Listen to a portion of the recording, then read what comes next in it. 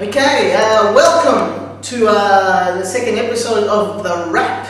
The new episode bringing you the match highlights and the preview of the WDSL 2013 season with Simon and Carlos. So thanks again for watching. Simo, the first week we've had a lot of hits on our YouTube channel, so I'm very happy to.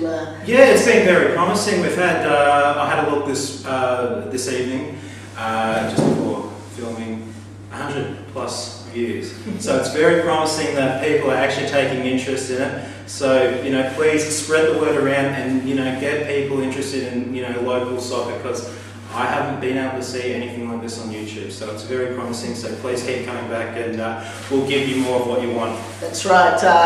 We've only just published the YouTube on the Wolves website as well, so you can be able to just see the episodes of that from now on, rather than going directly to YouTube. But it goes it counts towards the views that this channel gets. So we're looking forward to it. And like I said, we're amateurs. SBS haven't come knocking at the door yet, but hopefully they're coming soon. So okay. All right. In saying that, we had a first twilight match. Simo, this Friday. Yeah, great to see Friday night football in Warrnambool. So yeah, first game was between Jetty Rangers and the Corangamite Lions. It was done in a full moon, beautiful night here at Carter Street Reserve, where the full moon was perfect right above the ground, and Billy Stewart got things underway on time, which was fantastic. Great to see. So listen, the highlights from the game, I mean, you played in that game. Yep. The big highlight was there's a big story with the goalkeepers in this game, because both teams didn't have the first team keepers available, which was a shame. Yeah, Danny Boyle for the Lions couldn't make the game, and James Penny from your team was out through an injury, so he was out, and Simo stood up to take the reins. He wasn't going to play this season, but no, I got the call from Johnny McMillan, and after much thought, I thought, all right, for Johnny, why not? So he stepped in. So he stepped in, and he did all right with that. In saying that, James Penny obviously had a fantastic game last week for the Lions. Unfortunately, the number one keeper had to retire before the season started in Mark Lemke. Yeah, that's and we're sending a cheerio to Mark, because he was the inaugural Golden Glove winner back in 2009. He won the Goalkeepers Award playing for the Surfers in that. Actually, playing for the Surfers, yeah, in that first season. And obviously his body couldn't keep up with it, but we look forward to seeing Mark along, maybe coaching some juniors one of these days in a goalkeeping capacity, because they're a very specialised position. Always welcome back, Mark. Don't be shy. So I'm saying that young fellow Sam Alexander for the Lions stepped up to be their goalies, and Simo. I'll just quickly go through the lineup for the Lions. We had Sam Alexander in goals, with the back line made up of Damien Evans, Louis Guyett, Mick Merrick, and Jared Lenehan. Pretty straightforward four-man lineup there, with Alas Clement in the midfield, a three-person midfield actually, Henry Moyle and James Fossa. They're just sort of in the middle of the park. And the Lions obviously came with a forward, with an attacking formation with three strikers in Lockie Boyle, Seth Hume, and Liam Johnson. And for the Rangers, got yours truly starting with the gloves. Stevie McDonald playing as sweeper. Role usually filled by John McMillan, not playing this particular game. As well as in the backs, we had Rob Bevan, Angelo Vanden Heuvel, and Victor Cameron. The midfield with Ellen Wines on the wing, with Lee Hunter, Bo Arnold in the middle, and Michael Johns out on the other wing. And up front we had Stevie Shields and Tom Southall, Aidan Little being the substitute for the Jetty Rangers. So playing with the basic 4-4-2 formation, Steve McDonald playing as sweeper. Yep, and it didn't take long, I guess, for the Rangers to start the scoring. You've got the run of the play there, but the first score was by Tom Southall, I believe, got things happening with a goal in the 10th minute. Yeah, beautiful goal. If you're looking at the highlights here, you'll be able to see that the beautiful struck goal right at the 10th minute mark. And then the Rangers were sort of stole the show early on with who was the next scorer? Stevie Shields scoring the next goal in the 18th minute, and was really in charge as well. Yeah, Stevie Shields' goal was actually quite came in the breakaway. The Lions were pushing up and getting a few chances up front, but they couldn't get past Yassimo. So it was just one long kick. Stevie Shields took the long run and took on a player to get that second goal, which was an interesting goal for sure. I think we're just about to get to the highlights about that right now, but we'll keep talking about the game anyway. Had one for the... Okay, yes, it was the 24th minute. Henry Moyle for the Lions pulled one back. Not long after, so I should say, in between, after Lee Hunter's, after Stevie Shields' goal, they came back and they got one through young Henry Moyle. Simo, you nearly let that one through. Yeah, at 2-0. But there was still 2-0 up, and I think the Rangers were pretty much in control of this game. However, the young fellas of the Lions were really pushing to get something out of it. I agree. I mean, the final score, which we'll get to very shortly, it doesn't really reflect on how maybe a keeper's mistake here. I'm not sure. Should have had the I'll claim that I did get something to it, probably not hard enough. It did come off, I believe it might have been Rob Bevan. Deflected back towards goal, and there were just so many bodies there. It was just hard to get to, and it was a great free kick.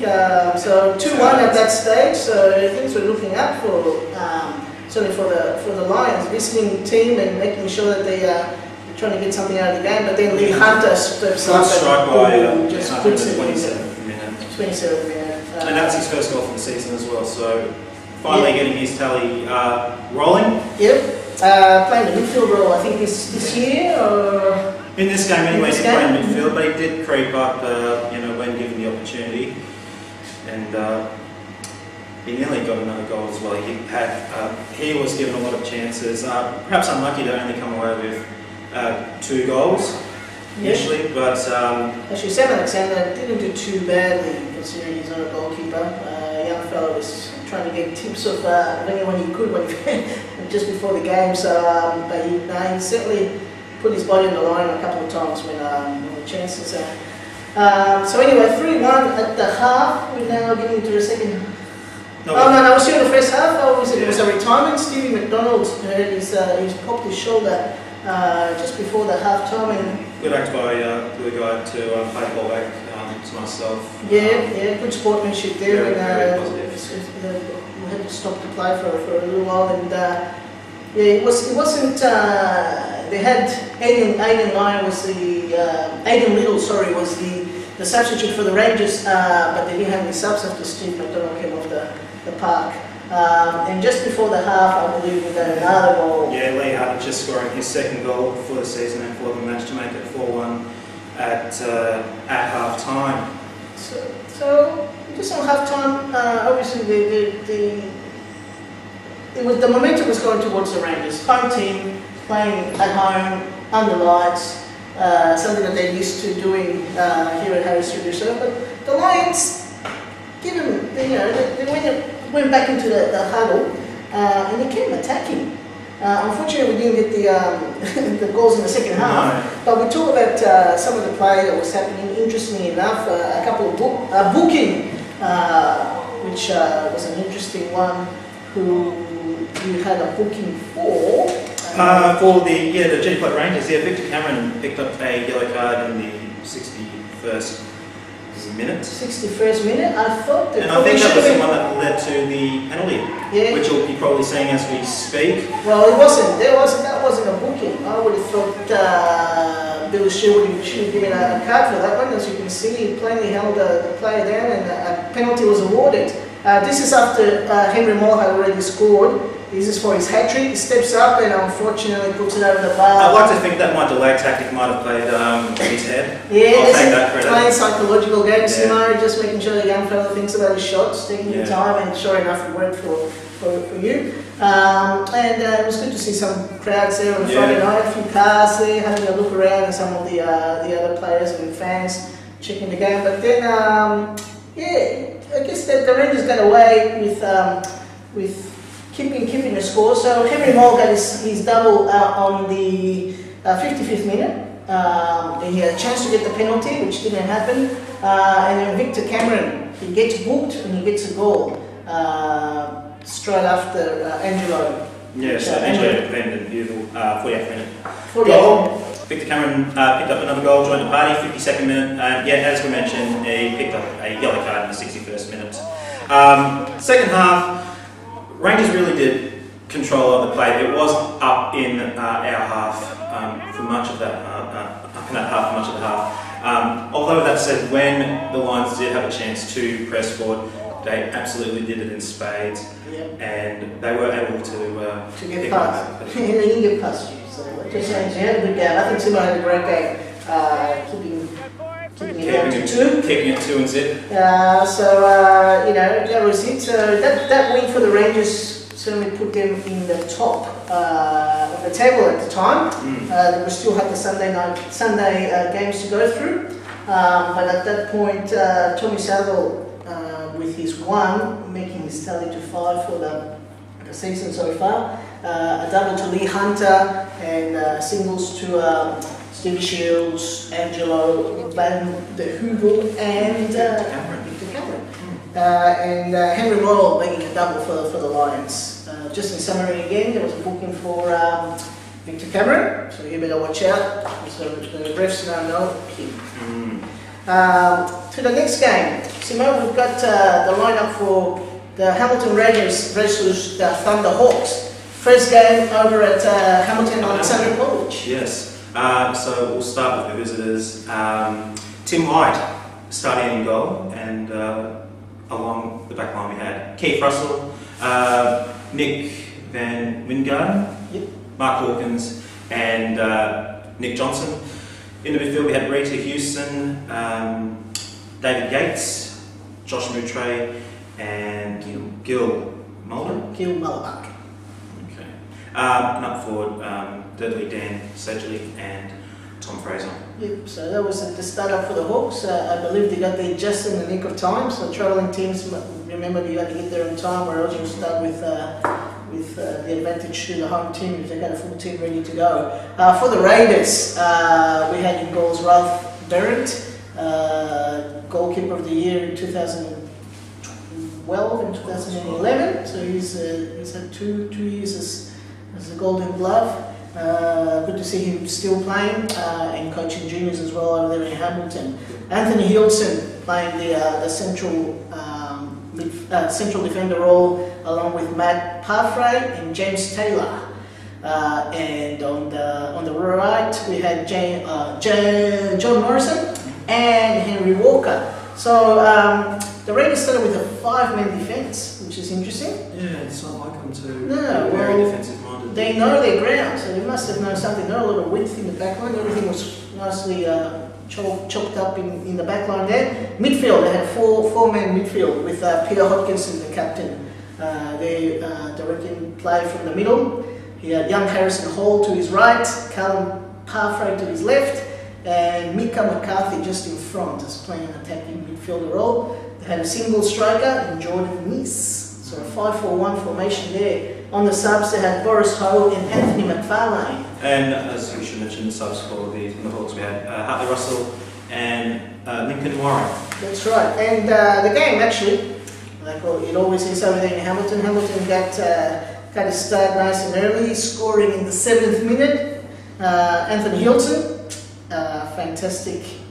He starts in the full back, but he comes forward.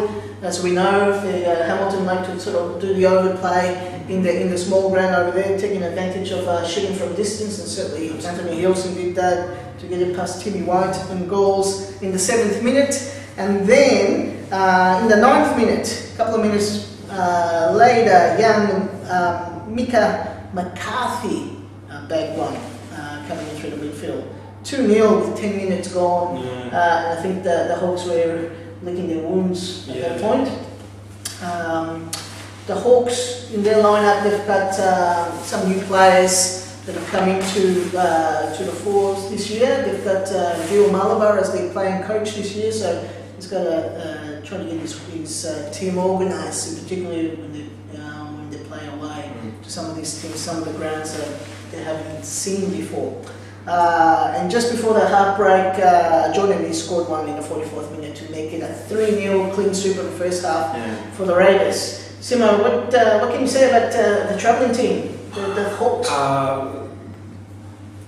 To turn up to Hamilton and to be, trailing after the first half, you've got to get into a mindset. It's like, all right, we've got to try and muster something, because Hamilton, as most of you will know, Hamilton are a very, very hard team to beat at home. Although that said, as we'll discuss, having a look at the final scoreline, I think the Hawks certainly came back out onto the field with a new mindset, because the scoreline would seem to suggest. That's right. The next goal was for a Raiders player, which was their captain on the 65th minute, David Yates. David Yates scores one in the 65th minute to make it 3-1, and giving a little bit more get-go for the Hawks. They're certainly spreading their wings a little bit more, getting their confidence back in the new ground. And it was a tight second half. There wasn't much in it in that second half, I'm led to believe. Timmy White came on the ground. I'm not sure who was in goals for them in the second half, but he certainly can make a difference in the midfield, Timmy White as well. And then just 9 minutes to go in the game, Hamilton pulled one back from James Taylor in the 81st minute to make it 4-1 and make it seem like they couldn't get caught, even though... Well, consolation goal 5 minutes from time, the 85th minute, Lincoln Warren made it a somewhat respectable 4-2 loss for the Thunderhawks. Positive that they could take away is they were able to win that second half. They didn't get the 3 points they were, wanting to steal from the home team, but with that said, they played a better second half, managed to win it. So if there's any consolation for the Thunderhawks, know that you were able to win that second half. That's right. So the final score there was 4-2 to the Raiders. Summary again: Anthony Hilton, James Taylor, Jordan Neese, and Mika McCarthy, the scorers for the Raiders. And we've got David Yates and Lincoln Warren picking up the goals for the Thunderhawks. And no bookings for this game, which seems to be good. Both teams were able to keep a clean sheet in the portions there. The final game of Sunday, 3 o'clock kickoff at Harris Street Reserve between Deakin Dragons and Merri Stingrays. That was my team. Last week we started saying that the Deakin Dragons were an unknown. I said that they had recruited really well, but on paper I believe the Stingrays were stronger. Was I wrong? You'll see the highlights. The Deakin Dragons had an were absolutely thumped last week against the Rangers, 4-0 loss. I personally think that defeat, sparked them. As Carlos mentioned last week, they're going to come out with guns ablaze, and that certainly seemed to happen. That's right, and just quickly making sure that we'll have some of the footage of the game. Listen, to tell the truth, I think my team dominated possession, dominated play. The big changes, 3 players are probably in the best for the game for the Dragons, and we'll talk about them in a minute. But first of all, we'll go through the lineup. There was no lineup provided by the Dragons, so they don't get to see the team lineup in this video. But certainly the Stingrays did. We had young Declan Irvine in goals with Tolga Merrick and Alex Shuley, the centre backs. On the right back, Lewis Jones, and on the left back, Nigel Gray. Then we had Austin Del Rio, son of Carlos, on the right wing, along with Carlos and Captain Michael Mills in the middle. James Skinner, the quick lad he is, starting out on the left. Sam Blackburn and Danielle Regalo. Busaglo. Yeah. Apologies. Starting up front. And we had on the bench, we had a pretty strong bench, Ishwa Punga and Engen Tarun. Geez, I think anything will be able to have a bench. On the bench, interestingly enough, Sam Blackburn just got off the flight, the long haul flight from France. Nearly 24 hours, I don't know, it was the night before. Nice. He arrived in Melbourne the night before, and he rang me up in the morning saying, "Carlos, I'm ready to play." I'm not that jet lagged, so the young fellow was keen to get a start on, so Sammy Blackburn, well done for coming around and doing that. He was ready to go, so he got on that team sheet for the starting lineup, because we had a couple of later arrivals before kick-off. But in saying that, I was happy with the lineup. We dominated, I think, most of the early sessions, and we scored the first goal in the 7th minute when James Skinner sort of trailblazing down the left there, got behind his defenders and put it past Campbell Scott in the Deakin goals. Campbell Scott is the unknowns from Deakin have come in the second round. There's 3 players that you're actually looking at. The first one's a goalkeeper, fantastic keeper in Campbell Scott, and he played a massive game for the Dragons, but obviously couldn't stop the first one on the 7th minute, and then Deakin scored through. 5th minute through Jacob. 12th minute. 12th minute, my apologies, through Jacob Sargent. Jacob Sargent, unknown to the league before this game, but certainly everyone will know his name very shortly. Austin Del Rio got one back on the 15th minute, coming down from the right wing this time around. Again, put a sweet low shot past Campbell. At that point, the Stingrays had 5 shots on target. I don't know if the highlights will show it, but they were stopped by Campbell. Simon Blackburn had a couple of shots on target, and Danielle as well. We had shots on targets, but they were being stopped by Campbell, and it wasn't until the 15th minute when Austin got that second goal that we thought we had just deserves at that point. But it was only another 3 minutes, and then we had another goal, and this one again came from Jacob Sargent in the 18th minute. So Sargent racing at the moment. He had 2. And the second goal was actually he had 3 Stingray players around him, and just his pace got through the ball and got that second goal. But then before you know it, he's gone and done it again. This boy, within a 5-minute spell, scores another double. Same thing. The Deakin tactic was to get the ball to this guy, and hope for the best in a way, and the best was certainly exceptional. He had 4 goals by the 33rd minute, and the Stingrays were down 4-2 at that point. Not sure how we're going to tackle the guy in the second half. Simo, you're at the game from the sidelines. Tell us how it is, because I'm telling you from how it was in the game. But it was surprisingly, considering how Deakin played last week and the scoreline, they really took it up to your guys, Carlos. They really took it up to the Stingrays. There was a lot of the position was sort of in that middle third, but when it did go either end of the pitch, the shots were on target and the keepers were at their best. In particular, Campbell Scott, because I do believe, and I do remember seeing that the Stingrays did have a bulk of the chances when it came to shots. And if there's some of the highlights here, obviously we had some footage of that game, you'll see some of the saves that he took to deny us from getting into the game, and that played a big psychological game for us, that we couldn't put him away, and then we had this guy who was just on fire. Second half, they did it again. He scored on the 48th minute to bag it's not a league record, but certainly up there with 5 goals to the one scorer. But then we changed things at the Stingrays at the back line, and we were able to neutralise the attacks because they kept coming. This boy couldn't put another 4 easy passes if we didn't change the tactics at that point.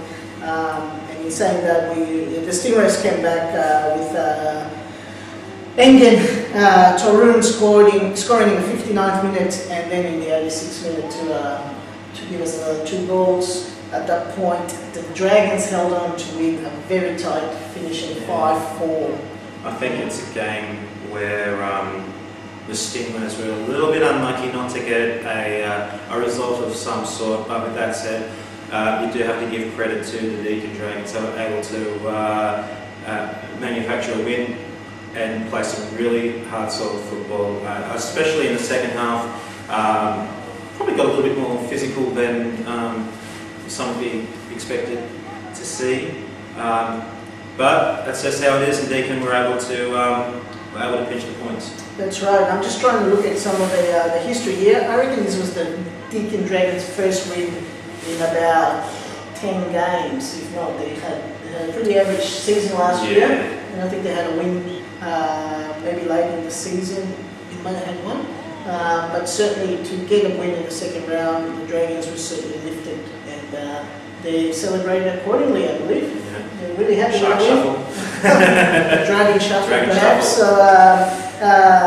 no, there was no bookings in that game either. So, just got a little confrontational, and I believe Captain Michael Mills a little bit aggravated with some of the play, but referee Stan Branch knows what he's doing. He's been around for a long time, and he'll call it as he sees it. So. That's right. Yeah. Michael was a little bit upset some of the calls he got his way, but that's football, and he did well to sort of take himself out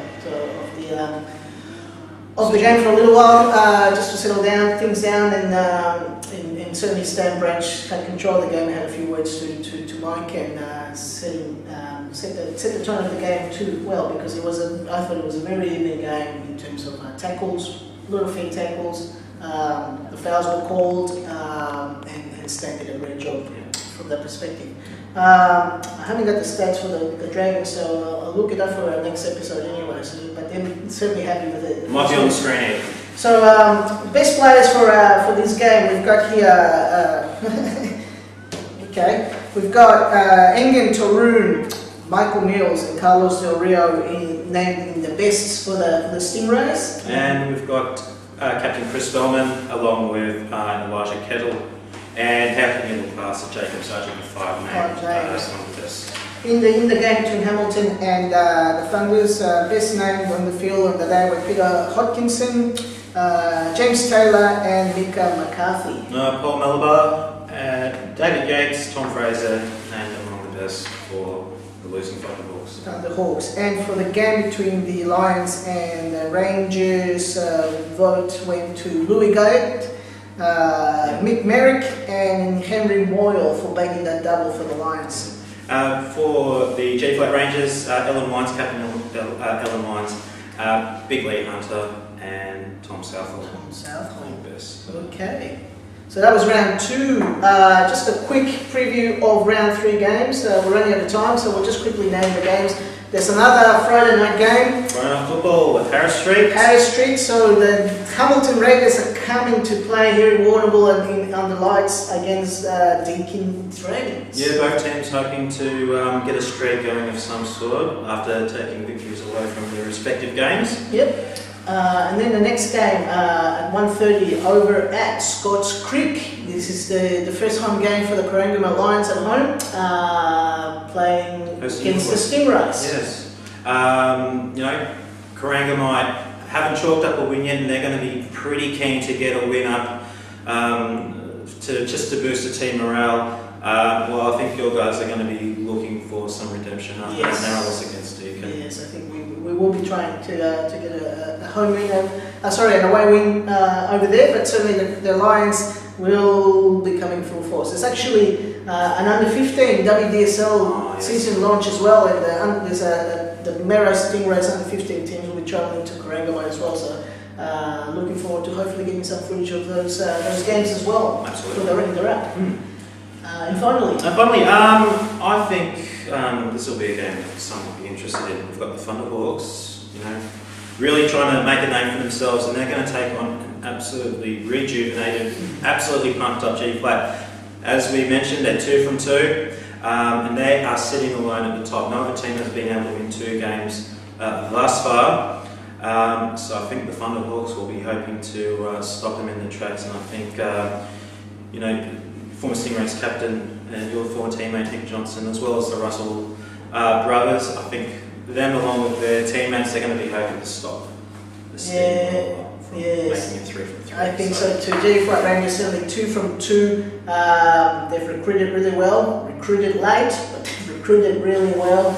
As he's with Johnny McMillan's team, he keeps his team pretty much in his pocket until the last minute, and then they show up with players that are certainly seasoned players that are coming back, and some of the younger, youngish lads, and certainly with Ellen Wines captaining the team. I think Johnny's putting a team well together. It's a shame that Steve McDonald's has had to retire. I'm not sure if he's retiring permanently, but that injury to him on Friday night has certainly put him down for a while. So yeah, wouldn't be surprised if we don't see him again for the rest of the season. Well, get back into it, Stevie, and thanks for all your support, and hope to see you soon, kicking the ball around with all of us again. Okay, well that's pretty much it. Just finally, we were trying to give this